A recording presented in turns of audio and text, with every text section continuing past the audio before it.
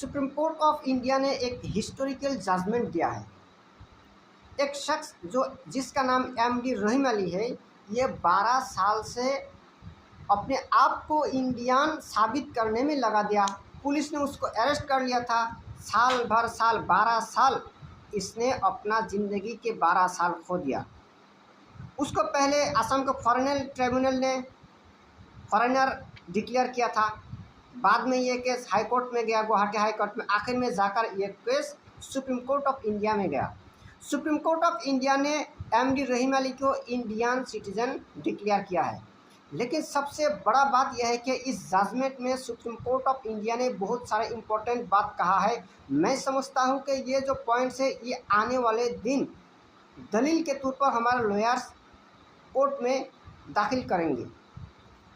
Supreme court of India ने यह कहा है कि authorities can not randomly ask people to prove Indian citizen.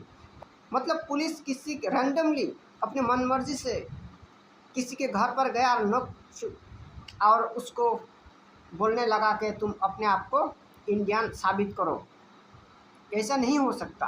Court का ये कहना है कि अगर अथॉरिटी किसी को सस्पेक्ट करता है कि ये इंडियन सिटीजन नहीं है, तो उनके पास प्राइमरी नॉलेज होना चाहिए, प्राइमरी इंफॉर्मेशन होना चाहिए कि किस बेसिस पर पुलिस इस शख्स को डाउट कर रहा है। सुप्रीम कोर्ट ऑफ इंडिया ने कहा है it is for the authorities concern to have in their knowledge or possession some material basis or information to suspect that a person is a foreigner and not an Indian. That means police अगर किसी पर doubt करते हैं कि ये शख्स Indian नहीं है, उनके पास कोई प्राइमरी इंफॉर्मेशन, प्राइमरी नॉलेज होना चाहिए कि किस बेसिस पर इस शख्स पर यह इल्ज़ाम लगाया जा रहा है कि यह शख्स फॉरेनर है। और एक इम्पॉर्टेंट बात इस जजमेंट में आया है वो यह है कि एमडी रहीम अली, जिसके नाम के स्पेलिंग में थोड़ा गड़बड़ था, अलग अलग कागज़ में उसके नाम के स्पेलिंग का अलग अलग था, उसी तरह डेट ऑफ बर्थ का भी अलग अलग आया था, अलग अलग डॉक्यूमेंट्स पे। उस बारे में भी सुप्रीम कोर्ट ऑफ इंडिया ने कहा कि ये माइनर एरर है, ये छोटे मोटे गलतियाँ हैं, इसके बेसिस पर किसी को फॉरेनर डिक्लेयर नहीं किया जा सकता। मैं इस जजमेंट को हिस्टोरिकल जजमेंट क्यों कहता हूँ, इसको समझने के लिए आपको थोड़ा हिस्ट्री समझना होगा। पूरा देश में जो रूल चलता है, फॉरेनर्स एक्ट 1946 के हिसाब से किसी शख्स को फॉरेनर डिक्लेयर करना, कौन शख्स फॉरेनर होता है या नहीं होता, इस रूल से चलता है। Foreigners act 1946। कांग्रेस सरकार ने एक नया रूल लाया था जिसके हिसाब से वो ये चाहता था कि असम में जो इलीगल इमिग्रेशन का एक प्रॉब्लम है उसको सॉल्व किया जाए। एक तो जो विदेशी लोग हैं उसको अरेस्ट किया जा सके। दूसरा बात यह है कि कोई इंडियन सिटीज़न पर झूठा इल्ज़ाम ना लगाया जाए, कोई इंडियन सिटीज़न पर कोई जुल्म ना हो। इस मकसद को सामने रखते हुए कांग्रेस ने एक लॉ लाया था जो आईएमडीटी एक्ट 1983 के नाम से जाना जाता था। ये आईएमडीटी एक्ट 1983 में ये था कि अगर पुलिस किसी को सस्पेक्ट करते हैं कि ये शख्स इंडियन नहीं है, ये फॉरेनर है, तो पुलिस को ये प्रूफ देना होगा कि ये शख्स क्यों विदेशी है, आप क्यों इसको फॉरेनर समझते हैं। That means burden of proof एक्यूजर पर था ये। लेकिन जो आईएमडीटी एक्ट लाया गया था, ये सिर्फ आसाम में लागू किया था कांग्रेस सरकार ने। उसके बाद आसाम के बहुत सारे लोगों ने इसके खिलाफ प्रोटेस्ट किया।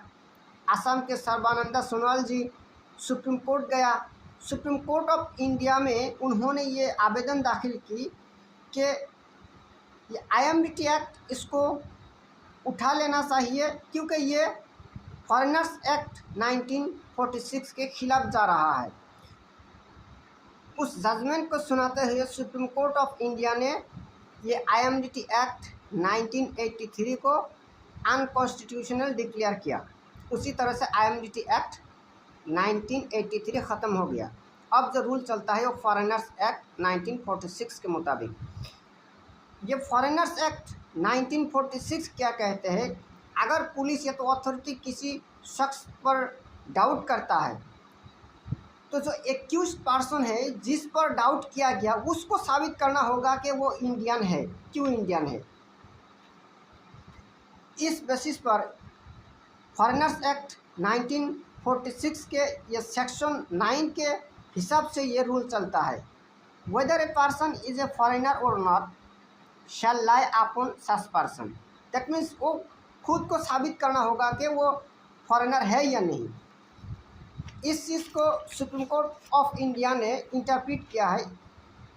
तो यही सेक्शन 9 को सुप्रीम कोर्ट ऑफ इंडिया ने और अच्छी तरह से इंटरप्रेट की है। जो लेटेस्ट जजमेंट है Rahim Ali versus state of Assam, supreme court of India ने यही बात कहा है कि आप सेक्शन 9 के आधार पर, सुप्रीम कोर्ट ऑफ इंडिया ने यही कहा है कि सेक्शन 9 के आधार पर किसी भी शख्स को आप रैंडमली अरेस्ट नहीं कर सकते, कि रैंडमली किसी पर डाउट नहीं कर सकते। अगर आप किसी पर डाउट करना चाहते हैं तो पहले आपके पास कोई प्राइमरी मटेरियल, प्राइमरी नॉलेज होना चाहिए कि आप किस आधार पर इस पर डाउट कर रहे हैं। मैं समझता हूँ कि ये जजमेंट एक हिस्टोरिकल जजमेंट है। आने वाले दिन ये जजमेंट हमारे लॉयर्स कोर्ट में अपने दलील के तौर पर ज़रूर इस्तेमाल करेगा। और जो लोग ये जजमेंट पढ़ना चाहते हैं वो सुप्रीम कोर्ट के वेबसाइट में जाकर पढ़ सकते हैं, या तो गूगल में सर्च करें MD Rohim Ali versus state of Assam, उनको मिल जाएगा।